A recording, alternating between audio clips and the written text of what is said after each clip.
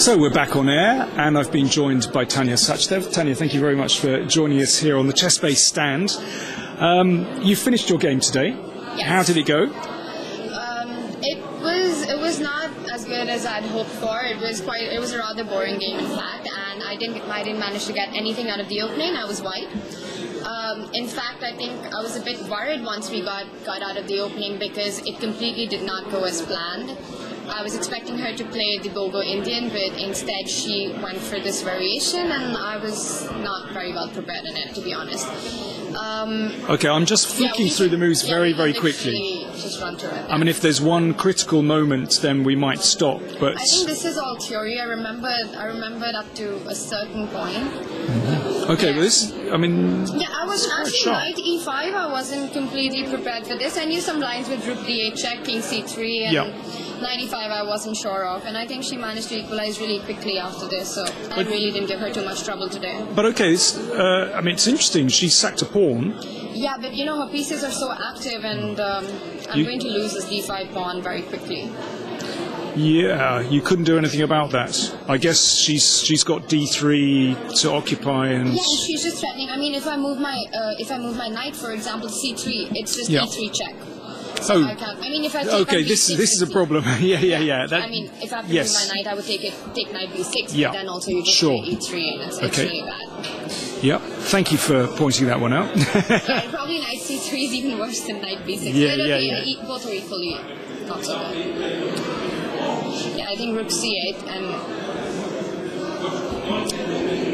I see. Yeah, I mean, and I think I'm a little passive here, so... You've actually got to be a little bit careful, haven't you? I really did not play do as you white know as supposed to in a team championship today. I mean, I just did not get anything out of the opening, and... Okay, so... But after this, you've equalised, haven't you? And yeah, pretty much. Yeah, I mean, I think we don't need to go much further. Right, so it's India against Kazakhstan, yeah. and we played them so many times, you know, in the Asian Continental Championships, and I mean, just this year, I think we played them twice already in the Rapid Blitz and the classical team events. So this is our fourth meeting in as many months. How do you get on against them normally? We actually have a really good score against them. I think we managed to win every time, but it's always been really tough. Like, it's never been a huge margin or anything. And today, I don't think things looked that good because Harika and I drew on first and second board, and we lost on the third board. Okay, so there's still one game going, so you could still save the game. And this is Padmini. Yeah, she's a very talented young girl from India, and this is her first Olympiad. How old is she? She's 20. I think she's going to turn 20. And, okay, she's already 23-18, so she's improving. Okay, so she is a pawn down, but... It's Black's move here, right? But she has serious pawns on the king side, and, of course, Black has a problem here. So, still very sharp position, actually. It's hard to tune in straight away. The c5 pawn is just... Well, if this is dropping, then White can get through to the king. Maybe Black can go some bishop g2, attacking the h3, I'm not sure. Okay, but let's take a look at that, because this starts to get absolutely critical, because now Black's king will come under fire, and, king f3, there's still h5, isn't there? So... h5 is not so clear, because you have f6 and then you take gh5. That's true. So maybe king f3 is interesting. So, yeah, let's see that. Check, and king back somewhere. Yeah, this looks really dangerous. It does look incredibly dangerous. That should be better for White, I think. So I think bishop g2 looks slightly odd. Probably. So, but if not, then I think Black's king is going to be in trouble anyway. Bishop d5, knight c5. Yeah, for example, once we take with the knight, then... Just king d3 next, right? Well, if we can scoop that one up, that would be very nice. And there's going to be some attack against the king at some point. So, well, I don't know. So far, it looks pretty good. That's the position on the board after rook c1. Looks like Padmini's doing quite well, actually. Yeah, it's promising. There isn't some... No, there's... Oh, yeah, hang on. What about c4? Oh, hang on. Not so clear. So for rook c4, you want to play bishop d5? Well, no, rook c4, I want to take a pawn with check. Oh, you're taking rook e5 to black key. Right. And king d3, you've got bishop a6. Okay. So probably rook c4. Yeah, c4 is... I mean, this is still actually very unclear. If I move the king, let's say, I don't know which way, let's say f2. And then d3, doesn't have the... d3, checky. Check. How are you supporting, how are you preventing... Oh, you've got knight b2. Well, I've got knight b2. Knight b2, right. So, all right, but this is still a sharp, really sharp position. I'm not surprised that black is having a good think here, because, I mean, c4 is... C4 looks like critical. the only try, right? Yeah. Okay, so what happens for b into c4 here? Pawn takes c4. Okay, so I take with check. Right, and king d3. now you want to play king d3, yeah. Well, at least black's king has a little bit more security this time round, I guess. Could I plunge in and take here? I'm going to plunge in. King d4. And now I just want to take your b pawn, right? Problem is the knight's a long way from reality. I wonder if we should throw this one in. It's still very far from equal. Well, actually, do you know what? All three results are possible here, aren't they? Yeah, it's true. I would still prefer white, actually, because we might be able to get some attack. But, I mean, highly unclear, I would say. Absolutely unclear. You know, that's the thing about a team championship, Danny. When you know that you have to fight for a win, I mean, you play whatever it takes. I mean, there's a lot of pressure on her right now because we're already one game down. Yep. So a draw doesn't help. So I think she's going to try to go all out. But actually, that makes it more interesting because as white, sometimes in this, you might be satisfied with a draw, but she knows she has to find some way to keep it alive. The spectators, definitely. Well, okay. But, yeah, I mean. But I guess it also makes it, in a way, a little easier, like you're saying, because you know that you have to do it. There's no other... Exactly, yeah. Yeah. So, just generally, how are things going for the Indian team here? Are you enjoying Tromsø? Yeah, it's actually all of our first time in Norway, and it's really nice. It's just a little disorienting with the 24-hour sun here, because there's just no night, and you wake up, if you wake up at 1 or 2, it's broad daylight. So... finding it a little hard to kind of adjust to that, but otherwise it's a beautiful city, and Olympiad is always so much fun.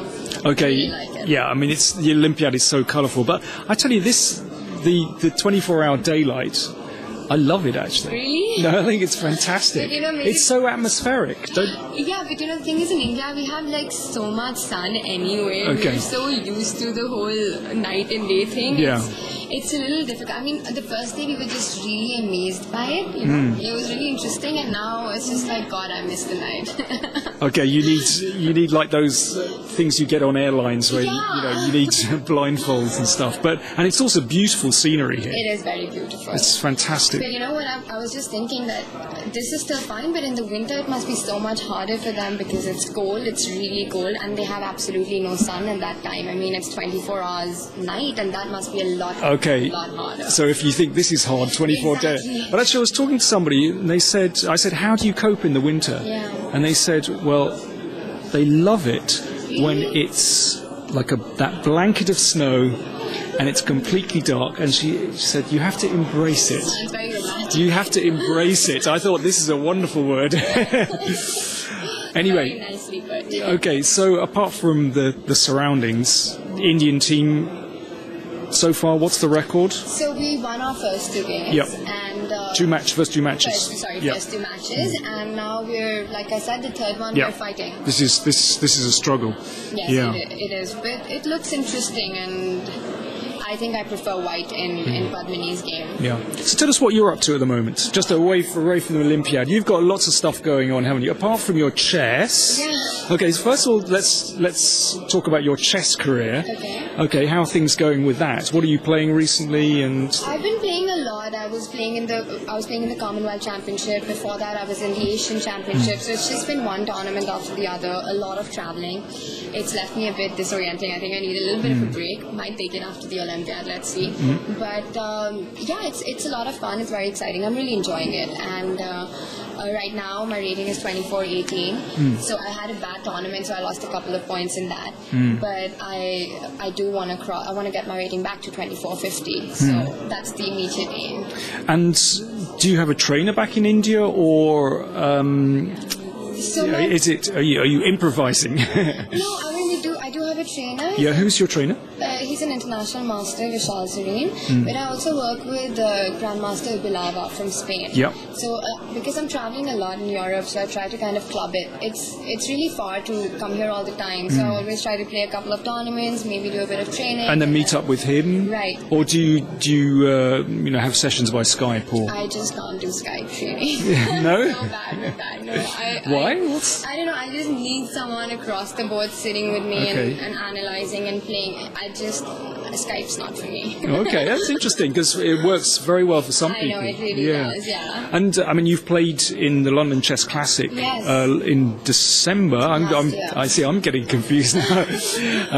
But you've only played there once, I think. Once, yes. It was really nice, and I hope I'll come back this year. Well, I was going to say, it's in December again. I know, I'm still deciding my schedule right now, and I'm not completely sure, but I had such a nice tournament there, and I would love to come back. Great. It's not too cold. It wasn't actually. I think London was really beautiful around that time because it's Christmas, and so it was. Well, really it's very nice. festive actually. It's very festive. It's a nice time of year. So happy there. There's a really I work there, so perhaps I'm biased, but actually I really enjoy the atmosphere there. I think it's very nice. I loved it. Yeah, very friendly. Good. Okay, now outside chess. You have be afraid. You have a contract with Red Bull. Yes. Tell us about that. So I'm a Red Bull athlete, and in fact the first for chess that they ever took on, and I think now they've also got Hikaru Nakamura with them. So I'm really glad that they've gotten into the game because I think it means that in the future they might look at a lot of sponsorship and a lot of events. And what I really enjoy with Red Bull and why I got into this partnership with them was because it's not a very typical sponsorship where they pay you for a logo or something like that. They actually want to have really exciting events. It's all about like one of a kind things, and we've already done that once in Delhi where we had like this chess battle for the Queen tournament where what happened? It was really interesting. I mean, it's never been done before. We had these qualification in 4 big cities in India, and the champion, I had to play against a champion in front of the Taj Mahal, which you know the Taj Mahal, of course. Well, indeed. So there's a pic. I should know. It's in every single Indian restaurant in England. A picture of the Taj Mahal. Every Indian restaurant in India is pretty much called Taj Mahal. Yeah, exactly. Yeah. So it was. So that's their whole thing. They want to organize these really interesting events which haven't been done, and they want my help in that. Okay, so when you say a battle for the Queen, so who are you? Oh, I see. You weren't actually playing. No, I played the final match against the winner of the qualifier. I see. Okay, and who did you have to battle against? So it was this guy from Chennai. He was a young boy, and it was we played 4 matches of Blitz in front of the Taj Mahal, and it was really exciting because I mean chess is really picking up now in India, and to see like a big company like Red Bull to be involved, and the way they hold events is phenomenal. I mean their standards of everything are so high, so punctual with everything, and they just want to make it really exciting. That's very interesting when you say so punctual with everything. Yeah, I mean that's I've been to India. Exactly. I've been to India. I know time can be maybe not the biggest strength in India. Flexible. Yeah, flexible with timing, which I appreciated. I'm fairly flexible with timings myself, but no, that's great. Oh, and are you going to be doing any events with Hikaru actually?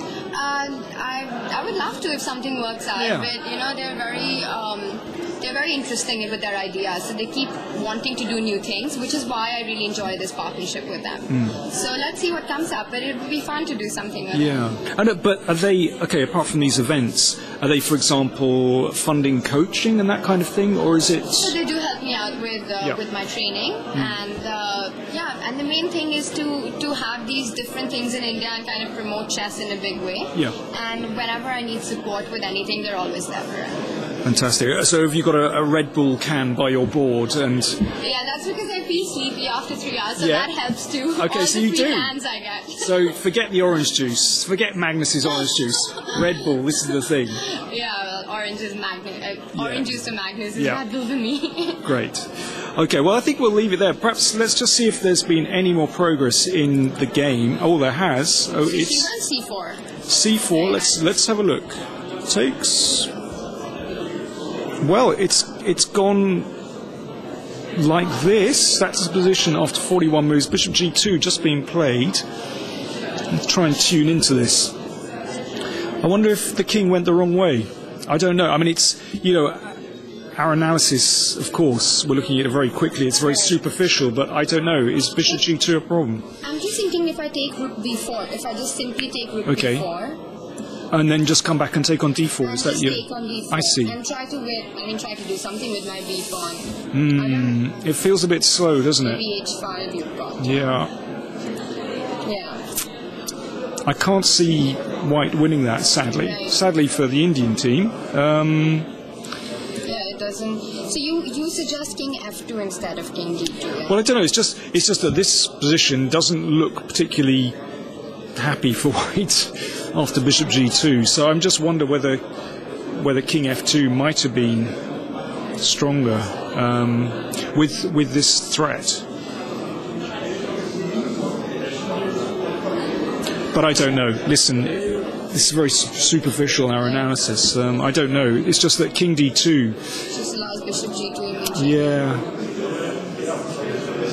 Unless there's some trick we're missing here. Do you know what? We need to bring that knight in, don't we?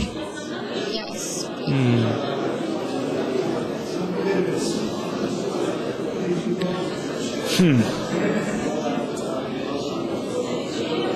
Do you know what? I think we should leave Padmini to figure this one out. And I just want let's wrap it up. Tania, thank you very much for joining us. But also, hopefully, you'll join us later in the event to give us an update on the Indian team. Definitely. Brilliant. Thanks very much. Thanks okay. a lot, Danny. Thanks.